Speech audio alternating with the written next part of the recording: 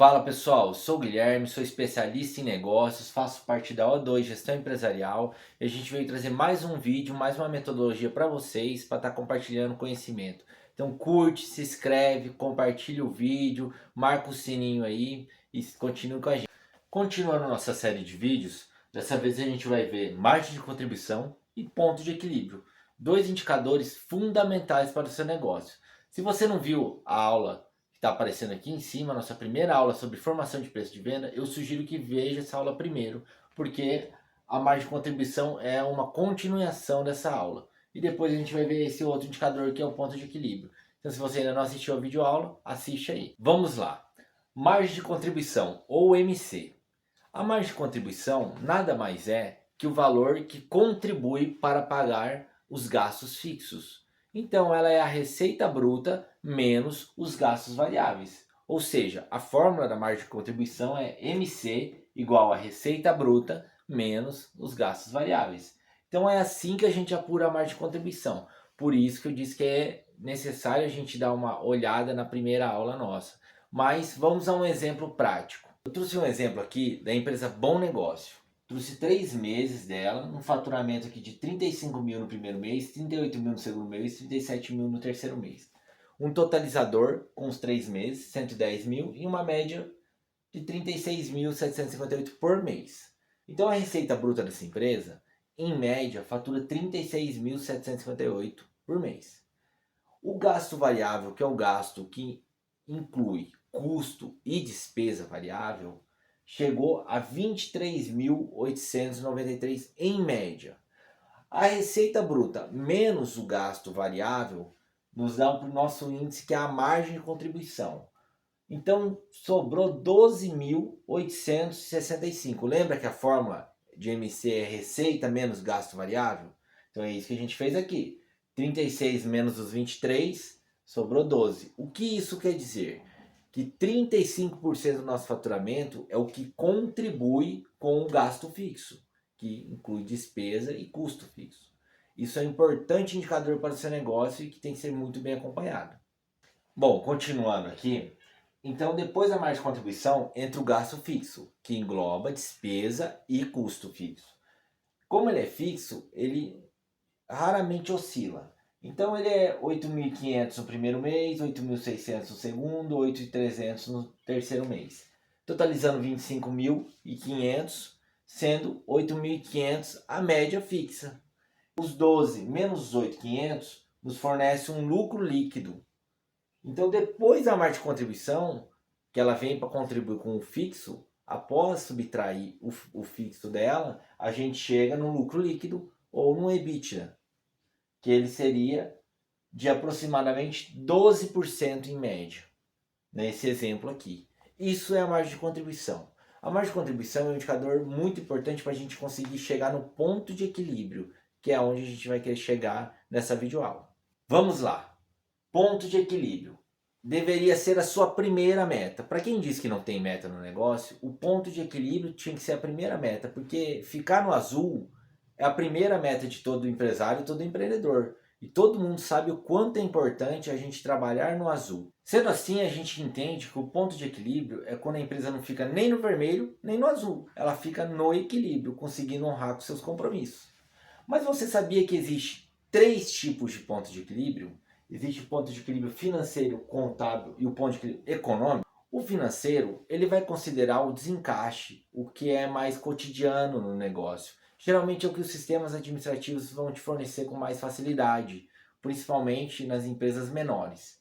O contábil, ele já leva em conta a depreciação do seu equipamento, que é um desencaixe futuro que pode acontecer, provavelmente vai acontecer, tá? Mas não é provisionado no sistema financeiro. Por isso que a gente não vê esse ponto de equilíbrio acontecer dentro das empresas. E o econômico ainda leva em consideração o custo da oportunidade, o valor que você perde por ter seu capital parado. Não existe um ponto de equilíbrio mais correto que o outro. Todos são aplicáveis e todos têm sua importância. Vamos à prática então. Trazendo o exemplo da empresa Bom Negócio, eu trouxe no slide anterior o custeio variável dela aqui, para a gente conseguir apurar a margem de contribuição, que foi de 35%. Como é que a gente vai fazer a conta do ponto de equilíbrio agora? O ponto de equilíbrio nada mais é que o gasto fixo dividido pela margem de contribuição. Então, o gasto fixo está em 8.500, você divide ele pelos 35%. Ele vai dar R$ 24.285. Se você jogar a despesa variável em cima menos o gasto fixo, você vai ver que ele zera. Você pegar os 65% que dá aqui de despesa variável, porque ela acompanha o faturamento, por isso que muda aqui o valor. Porque se eu vendo 110 é 71, mas se eu vender 24 é 15, porque ela acompanha o faturamento, por isso ela é variável. E mais o gasto fixo que é de 8.500, você vai ver que o resultado zera.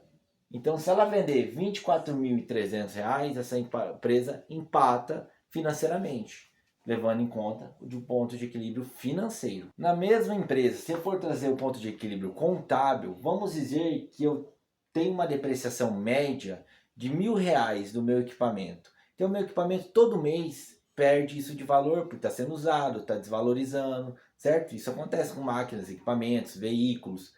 O ativo fixo nosso, ele desvaloriza, né? Então, eu considero essa despesa dentro dos meses. Tá vendo aqui, ó, depreciação, 1.000, 3, em média R$ 1.000. Ela é fixa por mês, a minha depreciação. Então, o que acontece? Eu somo os dois gastos para daí jogar sobre o percentual de 35%. Então, agora é 9.500 dividido pelos 35%. Meu ponto de equilíbrio já subiu para R$ 27.000. Se eu fizer a mesma conta, jogar os 65%, que é a média que está dando aqui em cima da conta, sobre os 27 está 17, menos os 8.500 que é fixo, menos os R$ 1.000, zero. E o ponto de equilíbrio contábil dessa empresa é R$ 27.142. O ponto de equilíbrio econômico, por sua vez, como eu disse, ele leva em conta o custo da oportunidade. O que isso quer dizer? Eu dei um exemplo aqui. Imagine que para montar essa empresa, o investidor investiu R$ 165.000. Esse valor, se ele pega e investe num banco, investe num ativo fixo, numa renda passiva, ele consegue de 1 a 1,5%. Então, esse nosso ponto de equilíbrio vai levar em consideração que esse dinheiro está deixando de ganhar. Está aplicado nesse negócio e não está aplicado num negócio de renda fixa. É isso que é o ponto de equilíbrio econômico. Ele leva em consideração o custo da oportunidade por você estar botando esse dinheiro. Acrescentei mais uma taxa de oportunidade abaixo aqui do EBITDA, média de 2.475. Por quê? Eu peguei 165 mil, joguei 1,5%. Deu 2.475. O que acontece? A gente soma isso junto e divide pelos 35%. Então ficou 8.500 mais 1.000 mais 2.475, dividido pela margem de contribuição. O nosso ponto de equilíbrio foi para R$ 34.000. Se a gente aplicar a mesma forma, 65% do gasto variável, 22, menos os 8.500, menos os 1.000, menos os 2.475, a gente tem um resultado de zero, que é o nosso ponto de equilíbrio. Então, se essa empresa vender aproximadamente 34, 35 mil reais, é onde ela vai estar realmente empatando para o investidor. É muito importante a gente lembrar desse custo de oportunidade. Ele é um indicador gigante para o nosso negócio. A gente gostaria de ressaltar aqui é sobre o custo da oportunidade. Muitos empresários, muitos investidores, às vezes negligenciam esse custo. E é um custo importante, porque o seu dinheiro pode estar aplicado em outro negócio. Então sempre você tem que levar isso em consideração. Você está deixando de ganhar numa renda segura, numa renda passiva, para empreender. Muitas vezes você não vai tirar muito mais, entendeu? Não compensa você ganhar 3% sobre o seu capital, 4%, e perder uma renda passiva de 1,5%, que não vai te dar dor de cabeça nem nada. E não tem um risco, pelo menos não um risco como um negócio tem. Então o custo de oportunidade, que a gente mostrou aqui no ponto de equilíbrio econômico, ele é um indicador importante para o seu negócio e tem que ser levado muito em consideração. Muito obrigado, pessoal. A O2 é uma empresa focada em desenvolver negócios e pessoas. Assistam as outras videoaulas. A gente sempre vai estar trazendo conhecimento aqui no canal. Curta, compartilha, se inscreve, marca o sininho e tamo junto.